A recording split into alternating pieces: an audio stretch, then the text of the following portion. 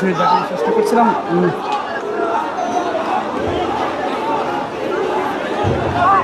শিক্ষার্থীদের অবস্থান কর্মসূচি সরাসরি দেখানোর চেষ্টা করছেন। তবে কার্জন হলে না আমরা জানতে পেরেছি পুলিশ নাকি বিদ্যালয়ের শিক্ষার্থীদেরকে আটকে রাখা হয়েছে, সেটা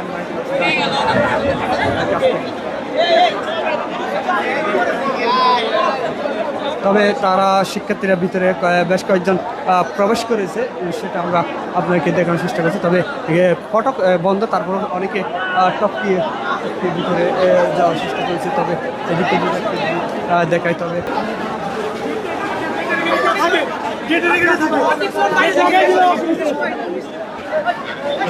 ভিতরে সচিবালয়ের ভিতরে আপনাদেরকে দেখানোর চেষ্টা করছি যেভাবে শিক্ষার্থীরা সচিবালয়ের গেটের ভিতরে ঢুকিয়ে পড়েছে, সেটা ঘেরাও করার পর তারা ঢুকিয়ে পড়েছে সচিবালয়ের একবারে পটকের ভিতরে, সেটা আপনাদেরকে দেখানোর চেষ্টা করছি। তবে সচিবালয়ের ভিতরে শিক্ষার্থীরা ঢুকিয়ে পড়ছে, তবে এতক্ষণ তখন কিন্তু ভিতরে ঢুকে গেছে। শিক্ষা উপদেষ্টার পদত্যাগের দাবিতে তারা অবস্থান কর্মসূচি করছে। আমরা যদি একটু আপনাদেরকে যদি দেখানোর চেষ্টা করি, তাহলে আপনারা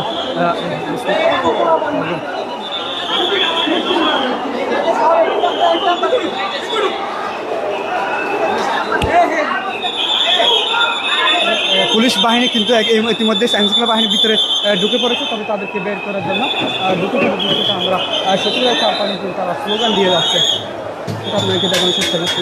তাদেরকে লাঠি চার্জ করা হয় এমনই দেখতে পাচ্ছি। আপনাকে দেখানোর চেষ্টা করছি ভিতরে পুলিশ একেবারে ঢুকে পড়েছে, যেভাবে তাদেরকে লাঠি চার্জ দিয়ে তাদেরকে তাড়ানোর চেষ্টা করছে।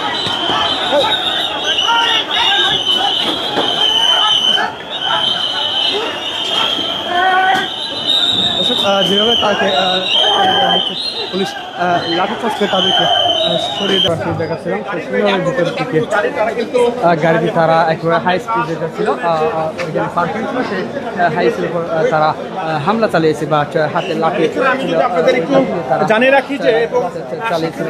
একেবারে কয়েকটি মোটরসাইকেল তারা পুলিশের দাওয়াতে পুলিশের লাঠির সাথে সেই মোটরসাইকেলগুলো পড়ে যায় মাটিতে। তবে মাইক্রোবাসটি যেভাবে ক্ষতি হয়েছিল তা এদিক থেকে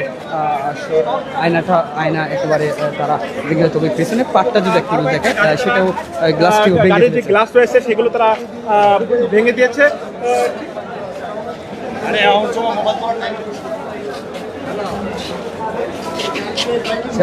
সেভাবে হামলা চালাচ্ছে, তবে গ্লাসগুলো একটু ক্ষয়ক্ষতিটা হয়েছে বেশি।